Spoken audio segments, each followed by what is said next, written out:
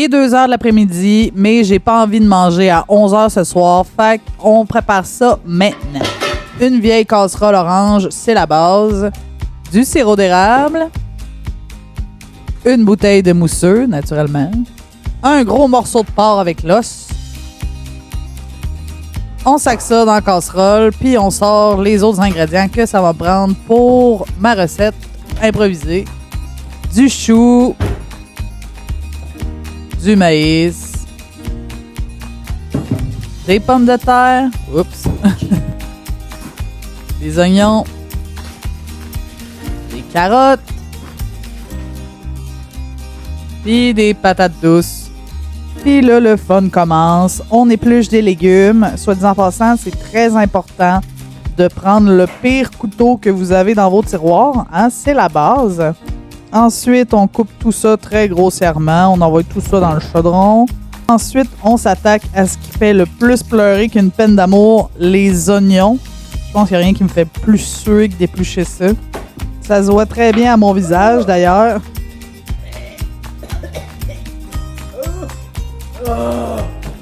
Tabarnak!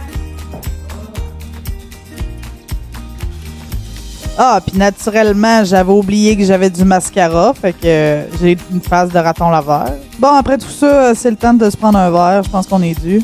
Après 17 ans d'hôtellerie, on dirait que je sais même plus comment ouvrir une bouteille. Bon, ben, cheers à notre week-end à la montagne. C'est le premier, mais d'après moi, ça sera pas le dernier. On finit de mettre les ingrédients. C'est bien important d'en foutre partout. Hein? Un peu de sirop d'érable. Beaucoup de sirop d'érable.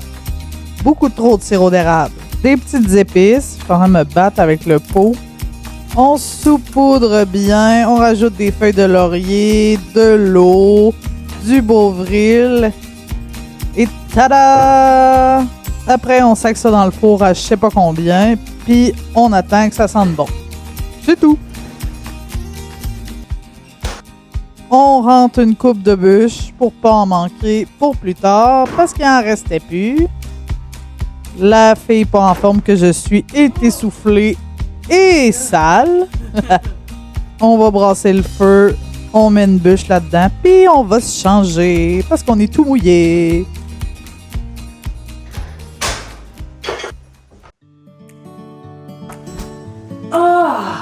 Bienvenue sur ma chaîne. Aujourd'hui, c'est une vidéo un petit peu spéciale. Je vous amène dans mon havre de paix. C'est le chalet familial. Je dis ça parce que c'est pas toute ma famille qui vient ici, c'est à mon père, mais mon grand-père l'a donné à mon père, puis mon père va me le léguer aussi, génération en génération. Et puis, c'est un endroit particulièrement important pour moi. Ça me fait un bien fou. Et je dirais que l'histoire de Michel Life Story a commencé ici. C'est le pourquoi de la vidéo aujourd'hui. J'avais envie de vous parler un peu du pourquoi, du comment que j'ai créé ma chaîne. Je vous dire franchement que je savais pas dans quoi je m'embarquais.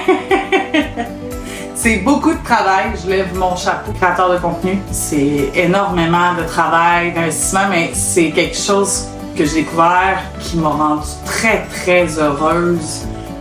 Sérieusement, wow, j'adore ça, même si ça prend énormément de mon temps. Parce que au travers de ça, ben, je travaille, faut que j'aie une vie sociale qui est très pauvre en ce moment. Mais bon, Michel Life Story, j'ai appelé ça comme ça parce que c'est l'histoire de ma vie. Voyager, me mettre dans des road trips pas possibles avec aucune organisation, c'est l'histoire de ma vie. Mon père a commencé à m'amener ici, je devais avoir 5 ans, 4 ou 5 ans. Et puis j'ai eu la piqûre de la nature. Il me laissait me promener partout. Le terrain est gigantesque, on est dans les montagnes.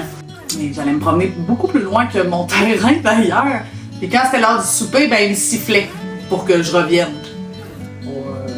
Puis si je l'entendais pas, ça veut dire que j'étais rendu trop loin. Mais quand je voyais le soleil commencer à descendre, ben c'était le temps qu'il fallait que je revienne, je le savais. Puis à un moment donné, j'entendais siffler dans l'écho dans les montagnes, puis je savais que le souper était prêt. Aujourd'hui, on appellerait la protection à l'enfance, mais à l'époque, c'était comme ça. Les enfants jouaient, à l'époque, je parle comme si j'avais 75 ans. Fait que ça a commencé ici, mon amour pour la nature, l'aventure. J'ai grandi, je suis toute seule, je suis enfant unique. J'ai passé une très grande partie de ma jeunesse ici. En 2013, ma mère est décédée. C'est une femme extraordinaire que j'aime d'un amour inconditionnel et que j'aimerais toujours, qui m'a transmis des valeurs incroyables, qui m'a transmis aussi l'amour du voyage. C'est elle qui m'a amené les premières fois quand j'avais 16 ans, après 20 ans.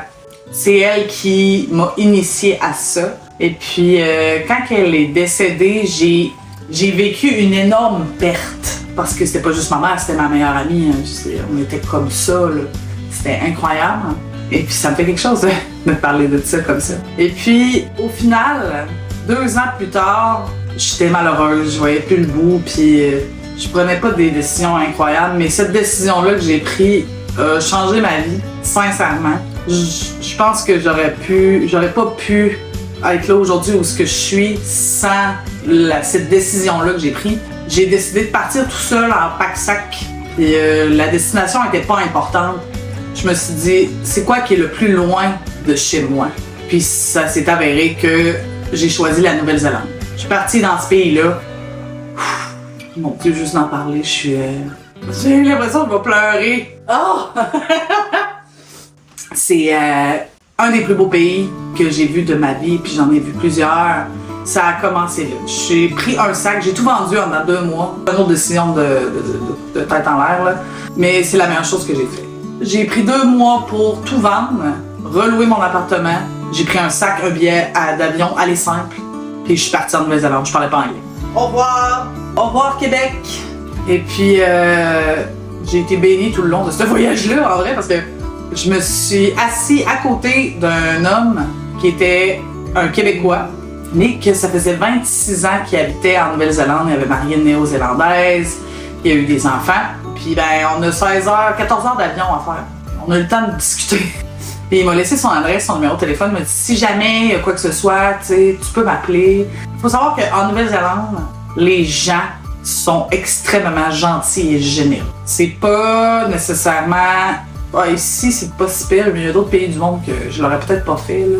Quand je suis arrivée en Nouvelle-Zélande, je me suis trouvé une auberge de jeunesse qui était à côté d'un cimetière, pas loin de l'aéroport. J'étais à l'autre bout du monde. J'étais complètement sur le décalage horaire. J'avais aucune idée où j'étais. Fait que j'ai fini par l'appeler 3 jours après quand j'étais arrivée. Puis il est venu me chercher. Puis il m'a hébergé pendant mes 3 mois de voyage. Après ça, j'étais allée en Australie. J'ai rejoint des gens que je connaissais qui étaient là-bas. J'étais allée à Bali, en Thaïlande. Après ça, le Cambodge. J'ai été 3 fois. J'ai travaillé là-bas aussi, d'ailleurs, pendant quelques mois. Et puis, toute qu'une expérience. Je sais pas si je vais raconter ça aujourd'hui, là, mais ça c'est un épopée, là. Oh mon Dieu, c'est quelque chose. Mais ça rappelle des bons souvenirs quand même. Fait que je suis partie 9 mois peut-être, à peu près. Et puis, quand je suis revenue ici, ça avait changé ma vie. Quand on part en voyage tout seul, on n'a pas le choix de s'affronter nous-mêmes. J'ai appris à me connaître.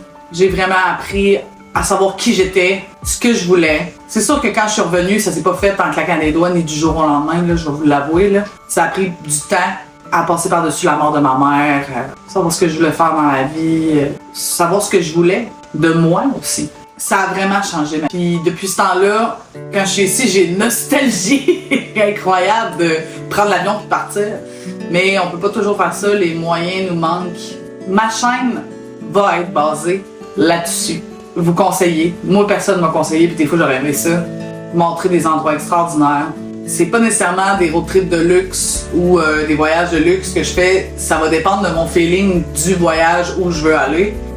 Ce que je vois pour ma chaîne dans le futur, c'est sûr que si ça fonctionne bien, je vais vous montrer de plus en plus des voyages en dehors du Québec, puis en dehors du Canada. Parce qu'il faut dire que j'ai fait une très grande partie du monde, mais je n'ai jamais voyagé au Québec, ni au Canada, à part arrêter dans des escales d'avion à Vancouver, là, niet nada, là. C'est une belle découverte pour moi aussi. C'est comme si j'étais immigrée dans mon propre pays. je le connais pas. C'est décevant à dire. Ça m'a toujours fait un peu honte d'avoir voyagé partout comme ça, mais de pas connaître mon propre pays. L'automne arrive, c'est ma saison préférée. Je vous réserve des trucs vraiment, vraiment très, très cool. On va sortir du Québec, on va sortir du Canada même. C'est pas sûr à 100%, mais 90%. Je croise les doigts pour que tout fonctionne comme je le souhaite. Mais j'adore l'Halloween, tout ce qui est tiré des histoires de sorcières. J'ai quand même du pain sur la planche. Je me suis fait un beau planning pour le mois de septembre et octobre. Décembre commence à avoir de la neige. Si vous avez des suggestions, let me know. Je vous réserve plein de trucs vraiment cool qui me font triper moi aussi. Fait que c'est ça. Ce que je vois pour la chaîne, c'est que ça grandisse, ça s'embellisse. C'est sûr que c'est le début. J'apprends beaucoup, énormément de mes erreurs. J'ai des notes partout à la maison. Bon, on va aller voir la nourriture, voir de quoi ça a l'air. On va aller voir ça.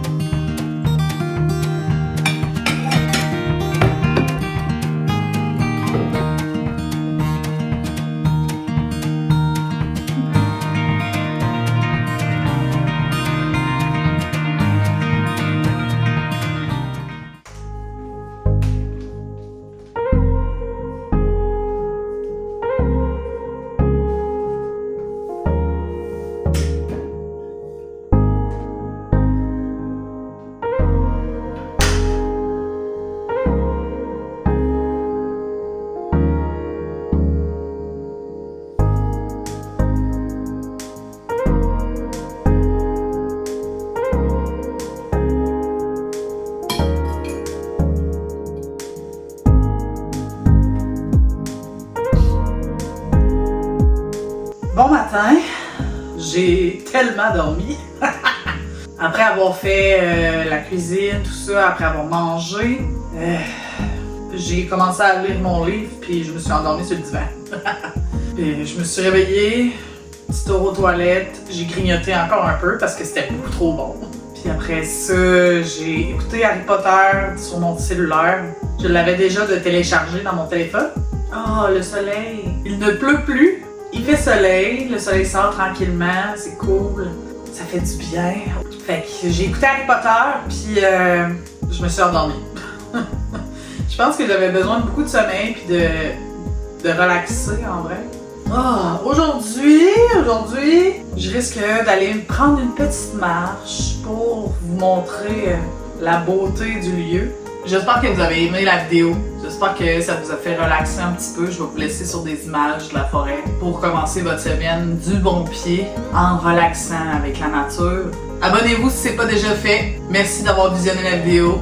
Laissez-moi un commentaire ou un like, c'est toujours super apprécié. Puis je vous souhaite une excellente semaine. On se voit la semaine prochaine.